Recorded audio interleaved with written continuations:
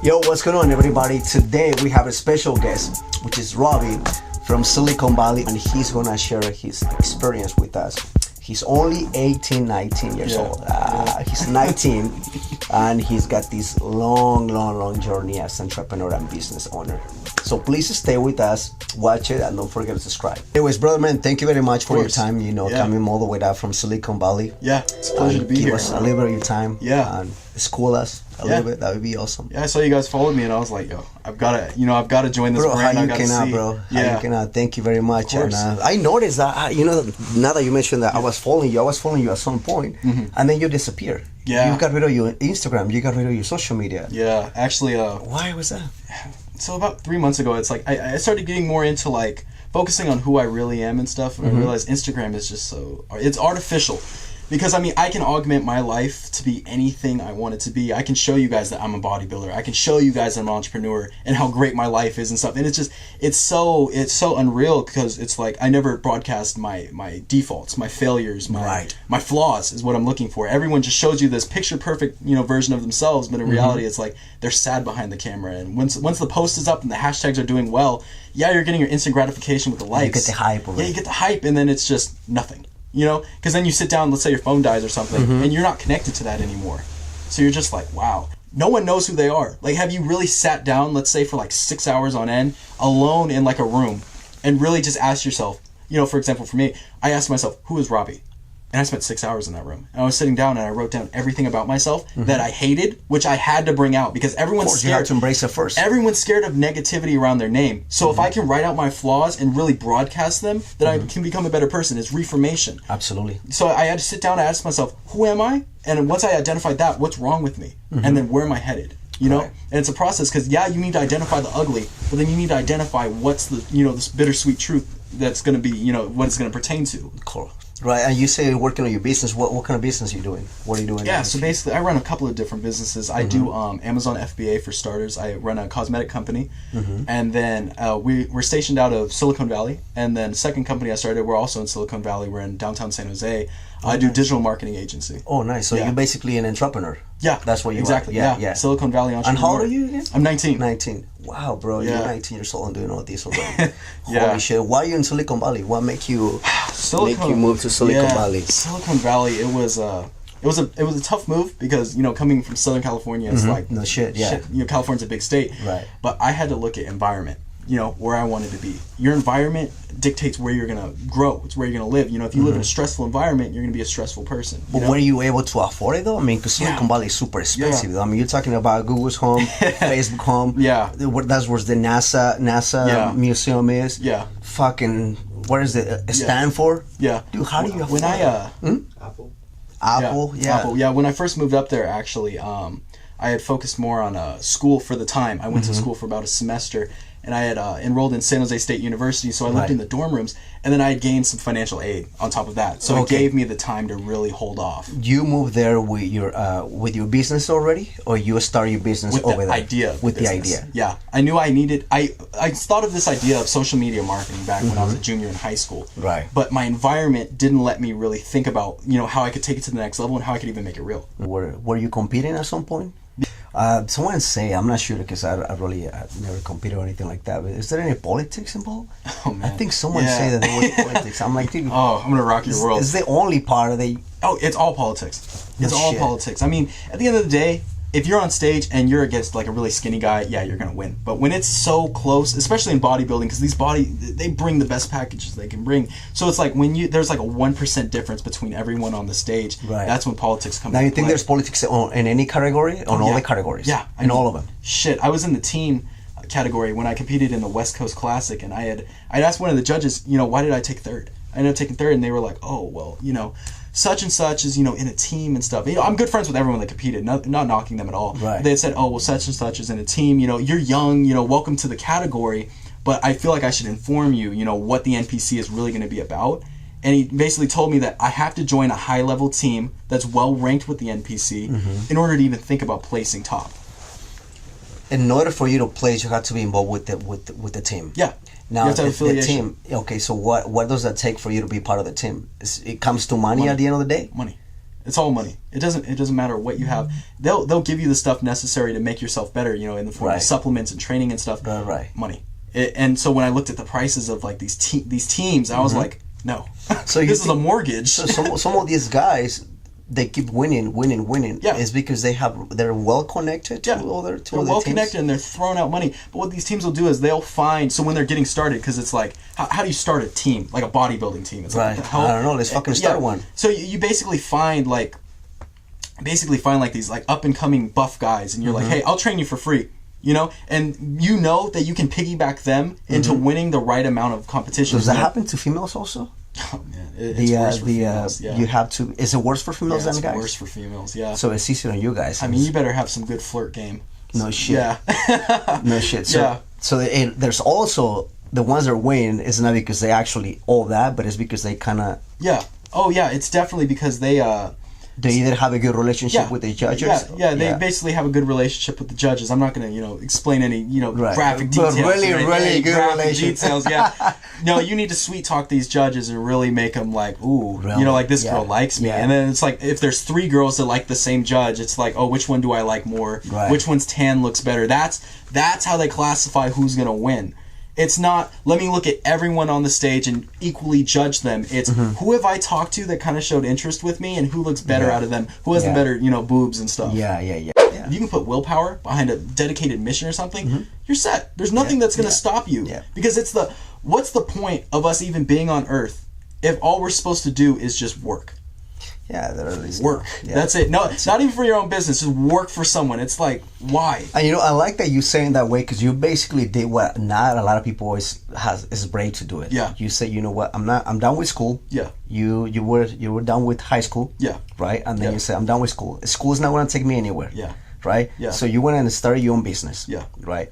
So you're not living on the perspectives of everybody else. Like go to school, graduate, be married, have kids, and then that's life. Yeah. So you want to live life on your own terms. I really like this analogy inside the book. The 7 Habits of Highly Effective People. Highly recommend it. They had given this analogy. Picture your funeral. Okay. Picture your funeral, and they're giving the eulogy. Right. What do I want to say? Oh, he was an okay guy. He's cool. Just kind of those nobodies in the back. Yeah, it's an average guy. At the end of the day, it's an average guy. When someone asks my best friend, what did he leave in like monetary form? I want my best friend to look at that guy and look him dead in the eye and say he left it all, and not just meaning in monetary form, meaning I left every bit of life into everything I did. Yeah, that's exactly. I wake up and so it's like when I'm feeling lazy, I'm like, shit, dude. You got to keep in mind you're gonna die one day. Yeah. So it's like with the idea in mind, it's like fuck. I'm gonna sleep for eternity. I might as well live while I'm awake right now, and then while I am asleep, why not elevate my mind? Yeah. It's just that's the ideology that you have. That's the mentality that you have. Yeah. Being a human being is like 1 in a trillion chance. I mean, think about how many sperm, during like conception and stuff. It's ridiculous. It's like, what the hell? And you made it. You won the lottery. And there's nothing stopping you from being the best version of yourself. And people think that means be a millionaire. No, people got it wrong though. Money doesn't bring you happiness. Money doesn't. No, it doesn't. No. It's a vehicle. It makes things easier. A vessel. That's it. It gives you the freedom, Yeah. But it's not going to make you a better person, and it's not going to give you the happiness. Yeah, cryptocurrency, it's the future. A lot of people don't even know about it, bro. Yeah. A lot of people don't believe in it. I keep telling one of my best friends, my best friend, I say several times, buy it. He still don't believe on it. No. He still do not believe on it. One universal worldwide currency, like, are you kidding me? They don't get it. Perfect, right there. So if I want to send money to some guy in Uganda, I can send him Bitcoin. Yeah. Versus I have to go through PayPal, convert, and then send him, like the rupee to US dollar amount. In that country. Yeah, it's ridiculous. And it's like you look at like Argentina and stuff, all these companies' currency and stuff, it's depleting. Cash is not going to be a thing in a decade. Yeah. No, I don't carry cash. No. I carry card. But now it's going to be a Bitcoin card. I guarantee, because you go to a mall in Silicon Valley, you're going to see the Bitcoin ATMs. Yeah. Beep, right there. You can pay for your shit in Bitcoin. I know. I mean, it's amazing, though, that everything's coming from there. The technology in Silicon Valley is huge. That's why I love it. Yeah. Maybe that's why you're more related to this than everybody else outside of the Silicon Valley. And that goes back to environment. Because because environment, seeing Bitcoin ATM machines really changes your perspective. Seriously, yeah. And then going to like Palo Alto and all these cool places where all these tech startups, I mean, Zip2, basically like PayPal, and all these companies were founded in the roots of these companies. I live on the same street that PayPal is on now. Yeah. No shit. Yeah. Okay, now guys, if you guys want to go find him. Oh yeah. Now that you know where's he at. Downtown San Jose. Yeah. Look for a big glass building. That's crazy, bro, man. That's crazy. So I basically was at the point where I wanted to make a channel based upon what was going through my mind. Not trying to, what's the word I'm looking for? I'm not trying to persuade anyone to pursue anything in life rather than be the best versions of themselves. Correct, yeah. So if I can come on here and talk about my addiction to social media and why I'm constantly scrolling through everything and vicariously living through these people and telling people why they need to break that habit, then I'm feeling more accomplished than showing them how much money I made in a month. Correct. Because I can show you guys how much I make a month. How much making, but what's the point of it? But what's the point? What's the Stealth wealth is the key, first off. And second of all, it's so ingenuine. If I show you guys, I'm making $20,000 a month, it's like, okay, good job. But why? But show what? me show me your spirit. Show me that you're a human being. Yeah. Show me your personality. It's so ingenuine. So I'm coming on there saying, I have my businesses and stuff. I keep that all separate from the channel. I talk about what the viewer is going through. Right. I try to put myself in their position. Millennials and insecurity. Right. That's what I wanted to focus on and how to break those. What do you think are the biggest insecurities now on the millennials and on the society we're living right now? We have this rush, this instant need for wealth. But we don't actually want to obtain that wealth because we don't have the work ethic, because we live in a society of instant gratification. So I can post something, like I said, get a ton of likes and comments, and I feel great, and then I can post a product on Shopify and get a ton of sales, instant gratification, no business models, no infrastructure, and there's no being genuine behind this, means of, business ventures and stuff. So the biggest insecurities with millennials, in my opinion, like I said, it's basically, it's social media. Social media makes you insecure. Yeah. Being on Instagram. We were just talking about with Molly. Yeah. When I was off Instagram, I was the happiest I'd ever been. I felt amazing. But also social media, Instagram is a big thing to make money. Oh, huge. Yeah. I mean, you see, oh, believe me, it has to be like when a balance. I say I don't use Instagram, I don't use it for personal use. Right. Just use it for what it needs to be used. Use it for the business. That's it. And that's what we've been doing. And people kind of like, people start kind of not liking me so much. Yeah. But at the end of the day, I'm using Instagram to make money. Exactly. It's what it is for. It's just to make money. Yeah. I mean, you watch TV for enjoyment. There's ads on TV. It's just like that. Yeah. People aren't realizing this is like TV. And it's like, what are you talking about? The TV is the TV. No. This is the 21st century version of cable. New era. Absolutely. TV's the radio. TV's the radio. Yeah. Oh, TV's version of the radio, Honestly, thank you very much, for the time and everything that you share with us and the audience. Is there anything else anything you want to just tell the audience they can learn from you? They can something you want to leave for them? They can leave off and not be afraid. Show them and tell them that not to be afraid. That you basically left Temecula, being 18. You moved to Silicon Valley. You run multiple businesses and you live in life on your own terms. Yeah. Right. So at the end of the day, you're just a regular human being with a different perspective. Please tell them how they can achieve that, how they can do that. Something that I really wanted to get a point, across, why I did this podcast and why I really came on here is because I want to convey the idea that everyone needs to stop vicariously living through other people, and that time control is essential. You can live your life exactly how you want it to be. You can be your own hero, doing exactly what you want to do on a daily basis. Don't think of things in the long. You think of, I want to do this, I want to do that. You overwhelm yourself. Think of, what can I do today to be the best version of myself? Success is compounded. So if you win your daily battle every day for 365 days, that's a whole year's worth of battles right there. You're going to be a complete different person. Don't go numb to your emotions. Embrace them. Embrace what you're feeling throughout the day. If you're feeling sad, acknowledge that you're feeling sad. Write down why you're feeling sad and really feel that emotion. Don't put it into social media. When you put it into social media, it's an inorganic substance and you're not going to get anything back from it. It's the law of transmutation. If I put my energy into something and I don't reciprocate or get it back, it's nothing. It's a waste of energy. If I can put it into a relationship, my sorrow or something, I'm going to get something back from it. So really take your emotions into account. Don't put it onto social media. Sit down, write out what you're feeling on a daily basis and really get a roadmap down of how you can improve your life. It's okay that you're at rock bottom right now. It's okay that you're not where you want to be, because it's not the end. This is one chapter in a very long novel.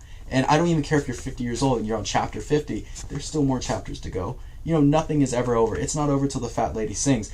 Life is never over. It's a never-ending journey of knowledge and education. And the more you educate, the more you elevate. And you can take your life to the next level and become the best version you want to be without anyone's help or guidance. You don't need to buy courses. You don't need to go to school. You don't need to ride the corporate ladder. You just need to sit down and ask yourself, who am I? What do I want to do? And how do I want to feel? That's the most important part. What emotions do I want to feel as I'm going throughout my life? Because I can have money. If I'm sad, that money means nothing. Because if I look at a poor guy who's happy about his family, I'm going to envy him. And in retrospect, that guy is looking at the rich guy saying, oh, he has that car. You know, it's a never-ending cycle. Be happy for what you have and never stop gaining. Anyways, guys, thank you very much. It was an amazing episode. Yeah, thank you very much, brother. Of course, I loved it. So much love. Yeah. I feel like we got deep today. Yeah, seriously, yeah. We learned too much from you. Yeah. Thank you very much. And this is a wrap. We gotta go and stay tuned for next one. Thank you. Like a light, hey,